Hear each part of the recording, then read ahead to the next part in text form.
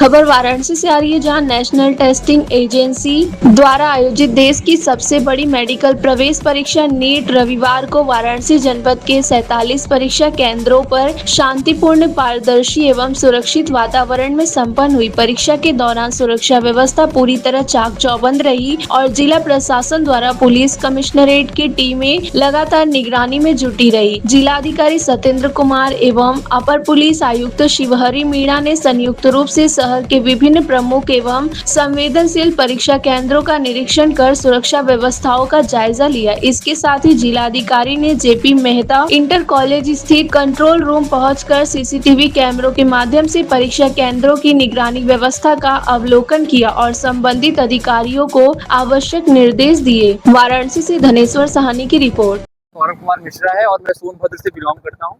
और आज मेरा नीट का पेपर था और पेपर मतलब बायो सेक्शन बहुत इजी था, पर जो फिजिक्स था, फिजिक्स बहुत हार्ड था। मैं लेवल 2025 का फिजिक्स का लेवल था वो था, और केमिस्ट्री मॉडरेट थी। बायो बहुत ही इजी थी पर, और बस केमिस्ट्री का पेपर कैसा? केमिस्ट्री का पेपर बहुत मॉडरेट था। मतलब अगर आप 3 मई वाले जो पेपर देखे जो लीक हो गया, उसमें जो केमिस्ट्री का लेवल था वो बहुत सही था एज कम्पेयर टू इसके जो आज पेपर हुआ है। और फिजिक्स भी बहुत सही था 3 मई वाले पेपर में।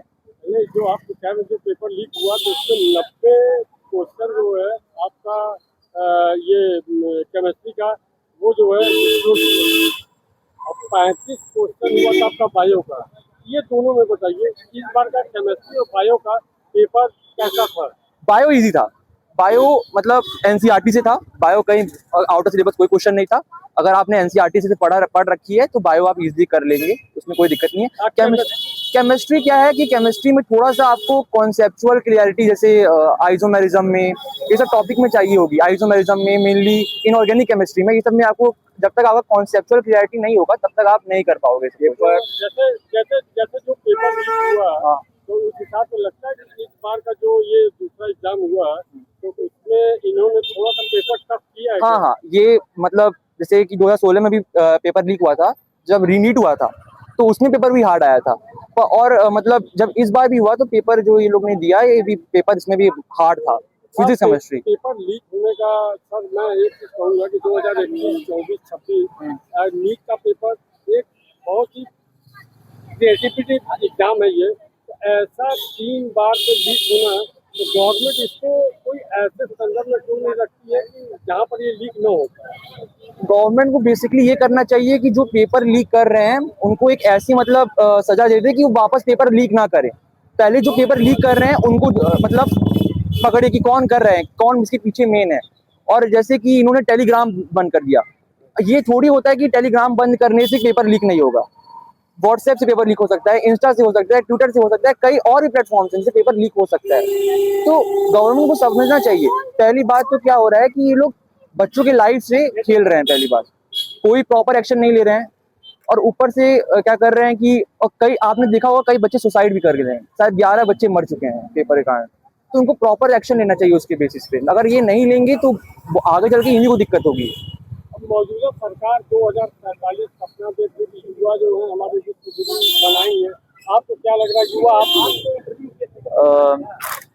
विश्व गुरु की बात कर रहे हैं तो इसमें मैं नहीं बोल सकता, क्योंकि जिस हिसाब से सिस्टम अभी है ना, उस हिसाब से तो ये विश्व गुरु नहीं बन सकते।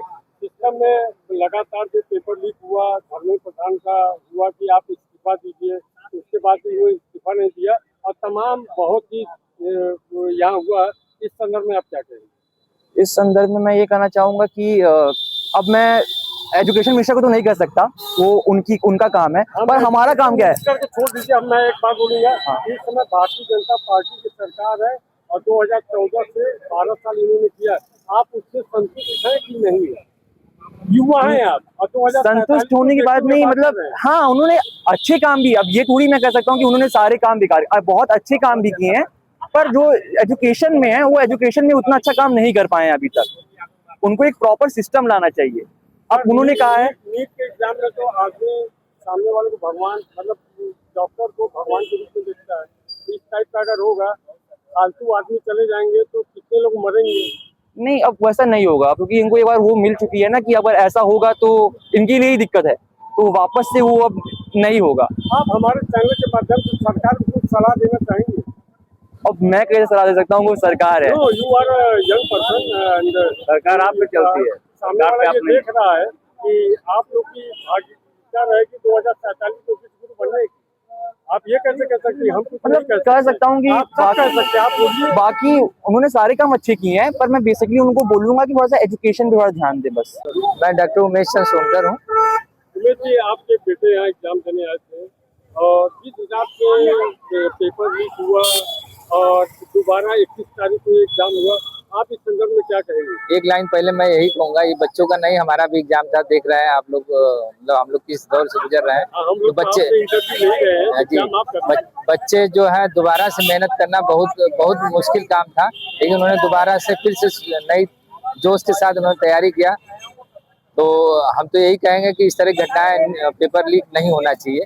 मौजूदा सरकार जो भविष्य में सपना दिखा रही है पूरे भारत को, विश्व गुरु बनेंगे 2045 में, जब युवा ही ऐसे पेपर लीक नहीं कर जाएंगे तो क्या विश्व गुरु बनेंगे? सरकार तो खैर इसमें हम नहीं कह सकते शामिल रही होगी, जो सिस्टम में कहीं न कहीं फेल्योर रहा होगा उसको सरकार से हमारी यही उम्मीद है कि वो ठीक करेगी। इस बार का जो ये नीट का एग्जाम हुआ है, आपको लगता है कि ये फेल्योर नहीं होगा? नहीं, संभावना तो नहीं, क्योंकि इतनी चुस्त दुरुस्त व्यवस्था थी।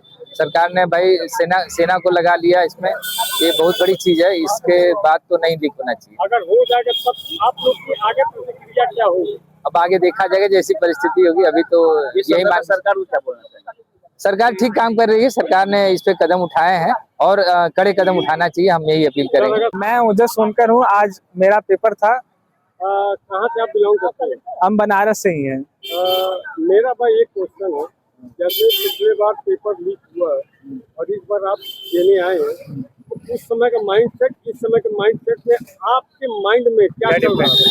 देखिए, उस समय तो ये था कि इतना श्योरिटी थी कि पेपर लीक नहीं होगा। अच्छा पेपर गया था उस बार, पिछली बार अच्छा पेपर गया था तो ये हुआ था कि हाँ बढ़िया रिजल्ट आएगा। लेकिन फिर जब पेपर लीक का न्यूज़ आया तो वो काफी वो कहते हैं ऐसे, पेपर लीक के बाद क्या कैसी मानसिकता है? मानसिकता ऐसी हो गई थी कि ये दोबारा से मेहनत करना था। किताबें उतनी भारी नहीं थी, लेकिन उनको उठाना इतना भारी पड़ रहा था, क्योंकि वो दोबारा, आप एक बार मेहनत कर चुके हैं, उसके बाद आपको दोबारा से वही सेम चीज मेहनत करनी पड़े, तो इसमें किताबें उठाना काफी भारी पड़ जाता है। पुराने पेपर में जो पुराना आपका पेपर लीक हुआ और इस बार के पेपर में क्या डिफरेंस था? इस बार का पेपर थोड़ा सा हार्ड आया था, फिजिक्स हार्ड आया था, केमिस्ट्री भी पिछले बार से हार्ड आया था, लेकिन उतना हार्ड नहीं आया था।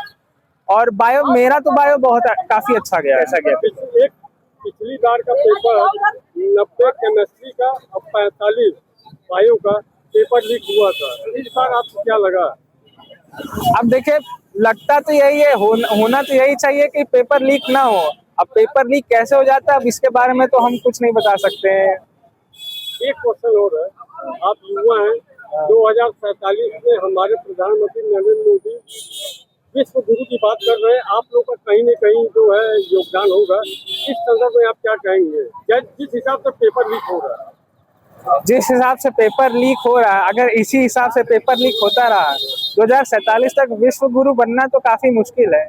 लेकिन भविष्य किसी से ने नहीं देखा है, तो हो सकता है आगे चल के स्थिति काफी बढ़िया हो जाए। एक क्वेश्चन और है, यूपीएससी का एग्जाम, आईआईटी का, जेई का, ये पेपर लीक नहीं होता है, तो क्या इस संदर्भ में जेई को नहीं रखना चाहिए क्या?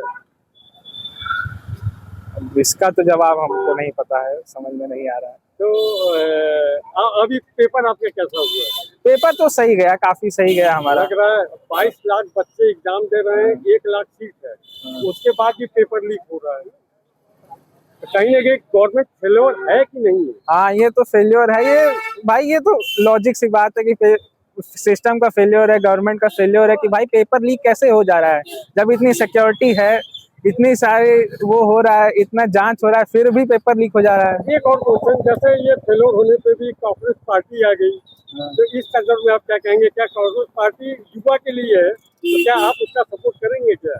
हाँ, इसमें हम कुछ जवाब नहीं देंगे।